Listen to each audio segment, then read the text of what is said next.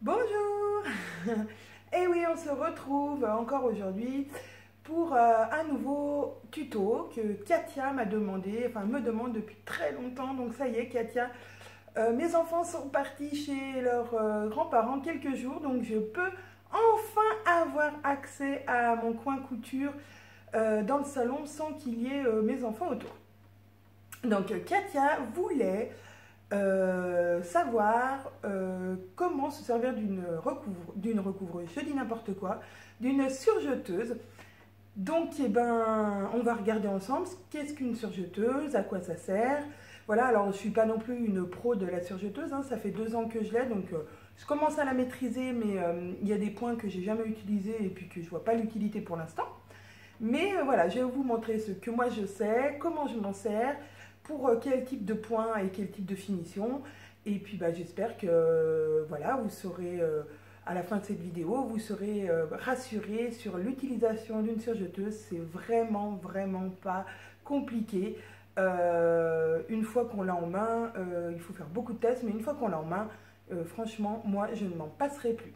Et ben, on va aller tout de suite voir comment on s'en sert.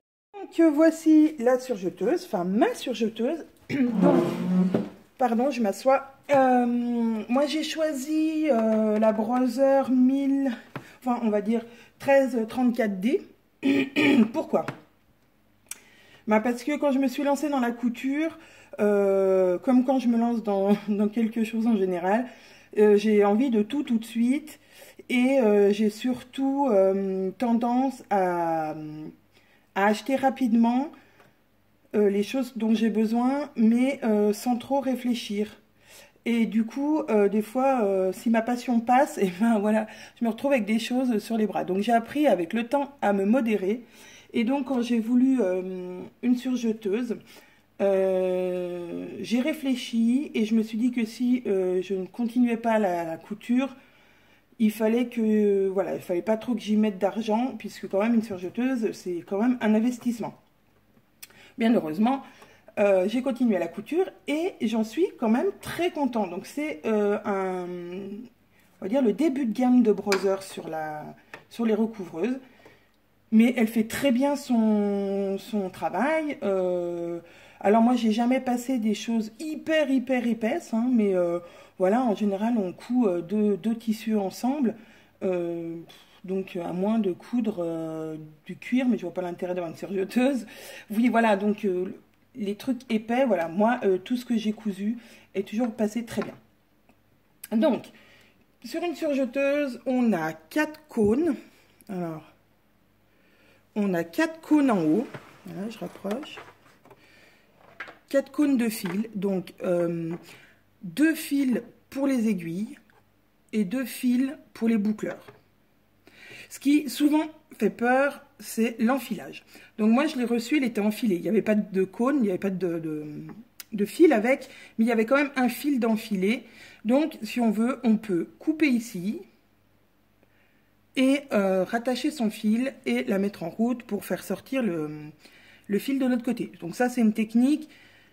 Maintenant, ça fonctionne pas toujours dans le passage de l'aiguille, hein, je vous l'avouerai, parce que bah voilà, un nœud dans le petit chat de l'aiguille, ça passe pas tout le temps, mais déjà ça va passer dans les boucleurs inférieurs, ce qui fait souvent plus peur.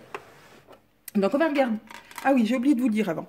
Elle est livrée avec une petite pince, une petite clé pour changer les aiguilles, un petit pinceau pour la nettoyer, puisque ça fait beaucoup de poussière.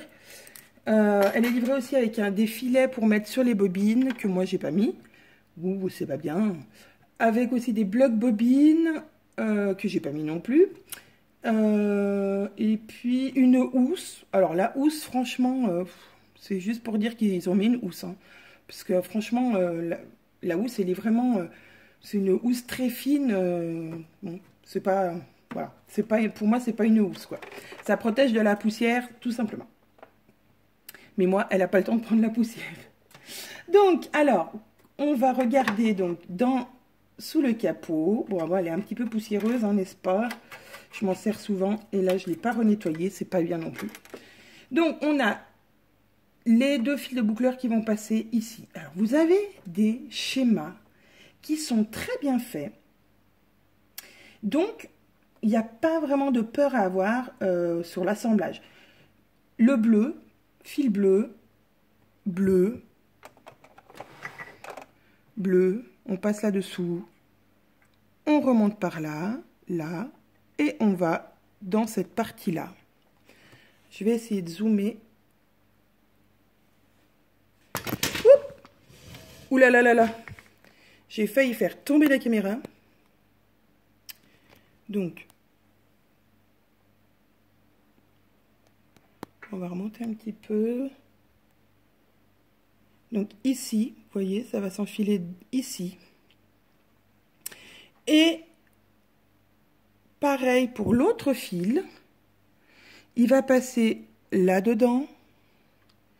Ensuite là, il y a des points verts, des lignes vertes, enfin, c'est vraiment expliqué vraiment bien. Et hop, il y en a un qui passe ici. Voilà, enfin, il n'y a pas de réelle difficulté à enfiler une surjeteuse, moi je trouve. Attendez que je bloque, pas qu'on perde la caméra. Il n'y a pas vraiment de difficulté, donc pour l'enfilage, il faut s'entraîner. Je vous conseille, et c'est vraiment conseillé, d'enfiler d'abord les boucleurs et ensuite les aiguilles. Sinon, on arrive à avoir des problèmes de comment dire, je vais me remettre comme il faut. On arrive à avoir des problèmes après de points. J'ai remarqué que si j'enfilais mes aiguilles d'abord et après mes boucleurs, ça me posait des problèmes, les points sautaient ou étaient pas jolis. Donc d'abord les boucleurs inférieurs, ensuite les fils d'aiguille. Donc, qu'est-ce qu'on peut faire avec une surjeteuse? Alors, une surjeteuse, c'est fait pour faire des finitions, on va dire, comme dans les vêtements qu'on achète dans le commerce, avec un point qui est vraiment joli et qui évitera au tissu de s'effilocher. Donc, un surjet. L'avantage de la surjeteuse, c'est qu'elle va faire ce surjet et elle va couper la... Alors, je ne sais pas si on va le voir. Voilà. Je vais rapprocher. Oh là là. C'est vraiment pas pratique. Ici. Alors, peut-être que si je le monte... Non, je ne peux pas le monter plus.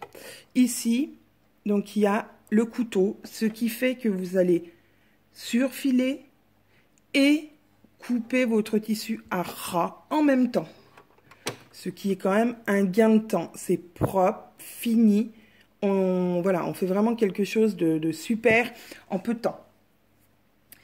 On peut utiliser 2 fils, non, je dis n'importe quoi, 3 fils, 4 fils. Moi, j'ai décidé d'enfiler à 4 fils et de toujours rester à 4 fils. Parce que si on fait que du surjet, que pour surjeter le bord des tissus, et pas d'assemblage, on peut utiliser que 3 bobines. C'est largement suffisant. Mais moi, le truc, c'est que je l'utilise aussi pour assembler des vêtements. Et donc là, il faut le faire avec 4 fils. Donc, moi, je l'ai toujours laissé en 4 fils. Sauf quand je fais du rouleté, j'enlève une aiguille. Et ça, je vous en parlerai tout à l'heure. Donc, ensuite, il suffit, enfin, vous avez donc les tensions. Alors ça, les tensions, je ne vais pas trop vous en parler parce que vraiment, les tensions, c'est comme une machine à coudre. C'est selon les machines à coudre. Et c'est aussi selon le tissu qu'on va utiliser. Donc moi, avant chaque réalisation, comme là, je vais faire un énième top Arsène. J'ai donc des petites chutes et je vais tester sur mon tissu comment va être le point. Donc pour savoir comment est le point, je vais plier en deux n'importe où pour dire que comme si j'avais 2 épaisseurs, hein, c'est aussi, voilà, il faut, voilà. Et puis on va essayer.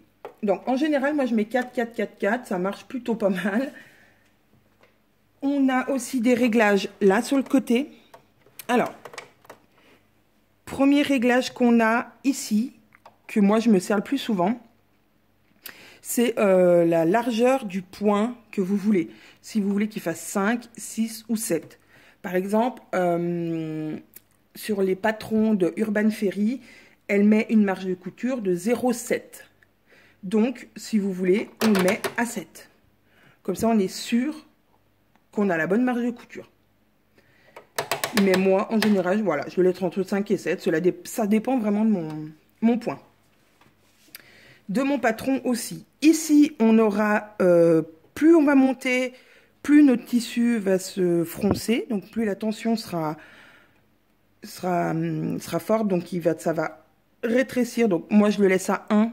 C'est ce qui est conseillé et franchement, c'est le mieux. Et ici, on a la longueur du point. Donc, en général, 3, c'est très bien. Après, vous avez des R. Je ne sais pas si vous avez vu des R. Ça, c'est pour le rouleté. Et dernière fonction, on peut enlever le couteau.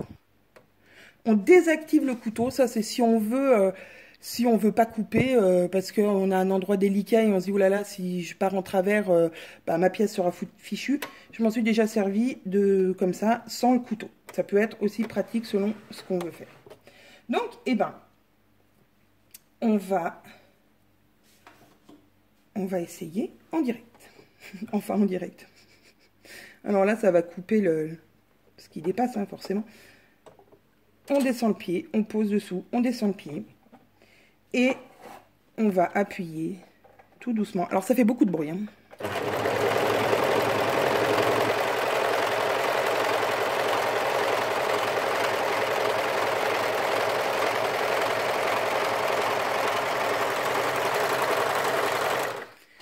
Alors, il faut laisser un long bout de chaînette à la fin et un au début.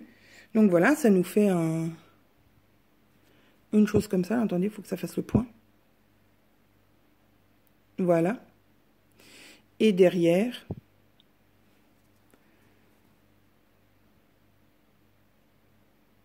voilà. Alors, il faut vraiment que les fils en haut se croisent sur le bord. Parce que si ça refait une deuxième boucle derrière, c'est que la tension n'est pas bonne. Donc là, la tension est plutôt bonne. Voilà. Quand je tire sur le tissu derrière, je ne vois pas mes points apparaître. Oh, ça ne veut pas faire le point, ça m'énerve. Voilà, je ne vois pas mes points apparaître. Ce qui est bien parce que je me suis... dans les premières utilisations, quand je tirais sur mon tissu, si par exemple j'ai fait des leggings pour mes filles et quand elles les ont enfilés, on voyait tous les fils qui apparaissaient. Donc voilà, c'est un problème de tension de fil d'aiguille. Donc après, il suffit de jouer. Donc vérifiez bien ça, que votre surjet est joli. Et sur le manuel, voilà, que j'ai ici, il y a vraiment, il est très bien fait, très bien expliqué. Et on vous dit si quand votre point n'est pas joli, qu'est-ce qu'il faut faire. Alors attendez, je vous fais voir ici. Voilà, on nous montre des exemples de points pas beaux et on nous donne la solution à côté pour nous dire qu'est-ce qu'il faut faire, quel tenseur il faut régler. Donc vraiment le livre est très bien fait. Ensuite, eh ben, qu'est-ce qu'on peut faire donc avec notre surjeteuse? Eh ben, c'est un point rouleté. Alors, le point rouleté. Donc là, vous avez compris le principe. Voilà. Alors après, on peut juste faire un surjet le bord de votre tissu. Hein. Moi, j'utilise du fil polyester que j'ai acheté en grande bobine. Ça fait 2 ans que je les ai. Hein. Donc, j'ai pas cousu dès le début beaucoup avec. Mais voilà, ça fait quand même relativement un long moment. Alors moi, j'ai choisi noir et blanc. Puisqu'à l'intérieur des vêtements, soit il est clair, soit il est foncé. Et donc, voilà, c'est des coutures qui ne se voient pas. Donc, noir et blanc, c'est très bien. Après, vous pouvez acheter, il y a plein d'autres couleurs qu'on peut acheter pour la surjeteuse. On pourrait même mettre des cônes, des bobines de fil dites normales. Il n'y a pas de souci. Je voulais vous dire autre chose avant de passer au surjet rouloté. Non. Alors, il faut couper le fil ici. Bon, si je vous montre pas le fil, on va pas y arriver. Hein. Voilà, je vais remonter un peu. On va donc couper le fil de la bobine qui arrive là. Et ensuite, on va pouvoir enlever notre aiguille en bas à l'aide de notre petit outil. Donc on enlève celle de gauche. Voilà, vous tirez un peu, ça vient tout seul. Hop, on remaintient l'autre en position haute pour pas qu'elle soit descendue. Voilà. Donc on peut enlever le fil. Hop. Et donc pour un rouleté, il faut qu'on enlève le boucleur. Donc le boucleur, c'est quoi? Mais c'est quoi ça? Un petit zoom? Est-ce que vous voyez, j'espère? Le boucleur, c'est cette pièce ici. Non, je vais essayer de tourner. Là, il n'y a pas beaucoup de lumière. C'est la cata. C'est cette petite pièce ici. Non, mais vous voyez rien. Bon, voilà. Donc, pour l'enlever, c'est facile. C'est écrit sur le guide. Hop, on appuie sur la petite manette à côté. Et on l'enlève.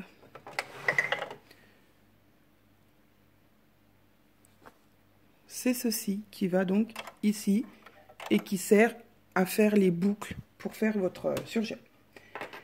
Donc quand on enlève ceci, parce que si on n'enlève pas ceci, ça m'est déjà arrivé, donc je sais que ça ne fonctionnera pas. Enfin, ça fera un surjet, mais qui n'a rien à voir avec du rouleté. Ensuite, eh ben, il va falloir mettre ce bouton sur la position rouleté. Et c'est tout. L'autre, je le laisse sur 5. On va faire un premier essai, voir ce que ça donne. Et donc, vous allez voir ce que ça peut donner. Allez, une chute, peu importe. Et là, c'est pareil, j'ai laissé le couteau, donc ça va couper aussi à ras.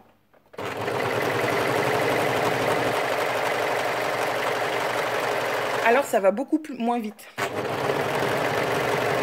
Et je vous conseille, quand vous faites à rouleter, de justement pas appuyer à fond, puisque ça va pas être joli.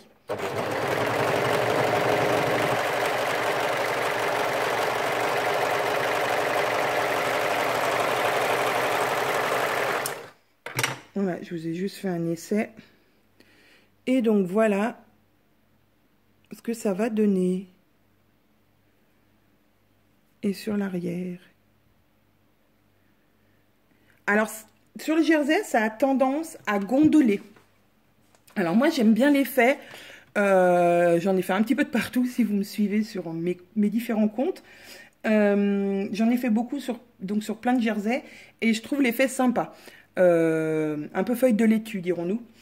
Et donc, j'aime bien. Mais normalement, on peut le faire aussi sur du tissu, on va dire, coton. Attendez, je vais essayer de vous trouver une chute de coton. Je dois avoir ça par là. Pas comme si... Voilà, je dois avoir celle-là. Oui, j'ai fait aussi du rouleté au bas de ma robe Alessia. Donc, j'ai une chute là. Et donc, je vais vous faire voir. Ça va pas gondoler.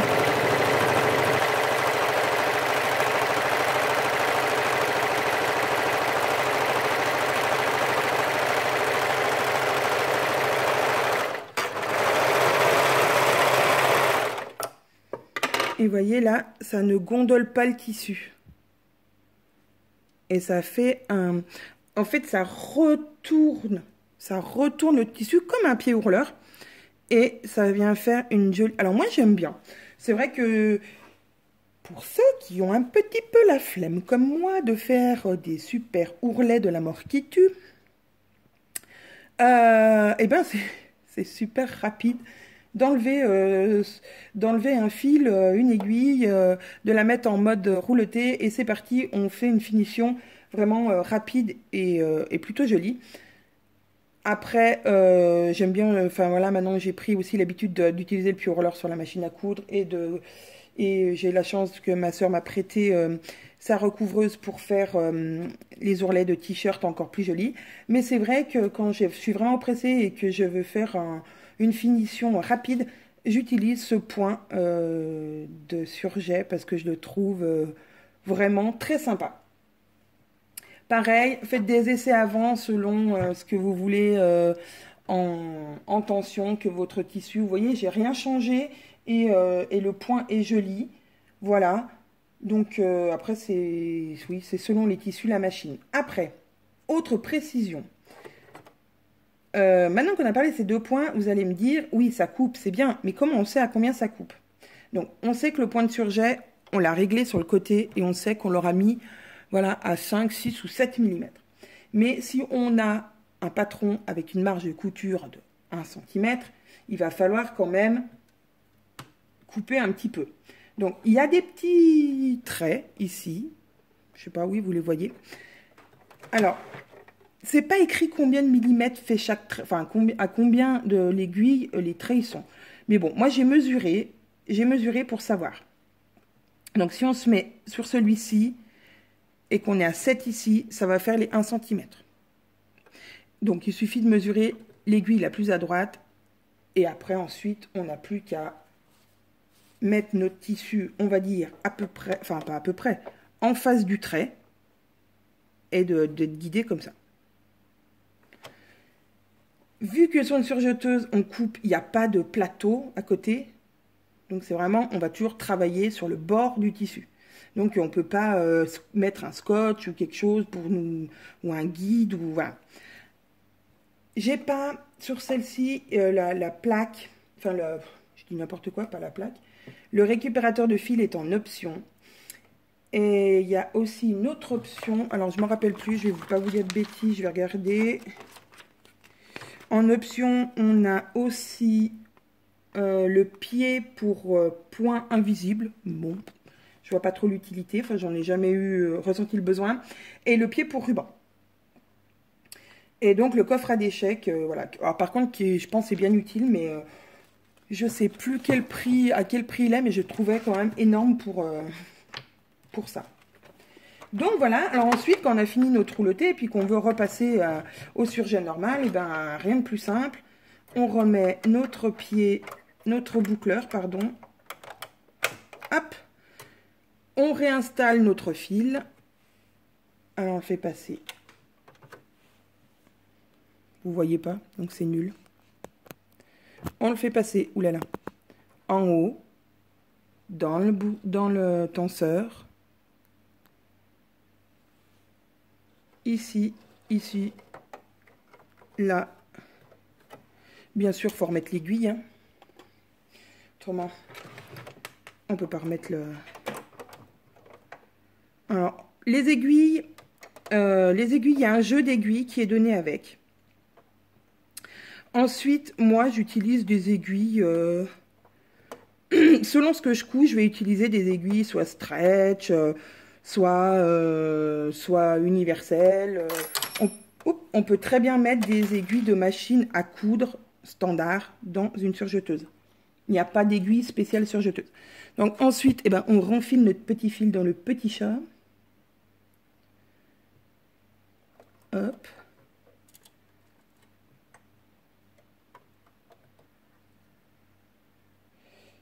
La petite pince est bien pratique. Au début, je me suis dit, c'est un gadget. Non, c'est pas un gadget. Vraiment, ça aide. Voilà. Une fois qu'on a renfilé ça, hop, on va se remettre ici sur le côté. On va se remettre sur le 3. Enfin, moi sur le 3, en position normale. On va prendre tout ce qui dépasse, les fils qui dépassent. On appuie sur la pédale. Et voilà, il nous refait un point de surjet. Voilà pour les principales, on va dire les principales fonctions de la surjeteuse. Voilà, il n'y a pas, je pourrais vous dire encore plein de choses, mais après c'est vraiment de la couture et plus de la machine elle-même. Si vous avez des questions, bah, n'hésitez pas à me les poser en dessous, en commentaire. Et puis voilà, avant de partir, je vais vous parler d'un livre et ce sera tout. Voilà, comme je vous disais, j'espère que la vidéo vous aura plu, qu'elle vous aura appris des choses. Voilà, si vous avez des questions, n'hésitez pas. Avant de partir, je voulais vous parler de ce livre de Christelle Benetou et de Sandra Guénier. C'est le guide couture à la surjeteuse et à la recouvreuse. Donc, super livre. Plein d'astuces, plein de conseils. Franchement, quand j'ai une question et que je ne sais pas, voilà, je vais chercher dans mon petit guide et qui est super bien fait. En plus, il est voilà, surjeteuse et recouvreuse. Donc voilà, si on n'a pas... Jusqu'à maintenant, j'avais pas de recouvreuse. Mais voilà, ça n'empêche rien. Elle nous montre vraiment au début tout ce qu'il faut. Alors attendez. Voilà, il est quand même très bien fait. Les différents points qu'on va obtenir selon la machine. Elle nous parle d'aiguilles, vous voyez. Elle nous parle de fil. Ensuite, bon, donc vu que c'est les deux assemblées, recouvreuse et... Voilà, elle nous parle des accessoires qu'on peut avoir avec. Et donc après, on a la base de la couture avec la surjeteuse. Ensuite, on aura un chapitre sur assembler vos vêtements. Donc ça, c'est bien aussi. Elle va nous apprendre à coudre dans une droit, dans les arrondis, dans les angles. Enfin, voilà. Même à coudre des élastiques avec, ou à assembler une parmenture, ou comment on appelle ça, j'ai perdu le nom. Les bandes d'encolure, voilà, quand même, je vais y arriver. Oui, ouais, toutes ces choses-là. Et en dernier, ça sera plutôt sur la recouvreuse. Donc voilà, si vous avez une surjeteuse ou que vous voulez investir dans une surjeteuse, ce livre est un bon complément. Voilà. Mais écoutez, j'espère que ma vidéo vous a plu, que vous avez encore passé un bon moment, parce que moi aussi. Si vous avez aimé, n'oubliez pas le petit pouce. Ça fait toujours plaisir de voir que j'ai plein de petits pouces qui sont de plus en plus, et donc c'est trop cool. Et puis je vous dis à bientôt pour un nouveau tuto. Au revoir.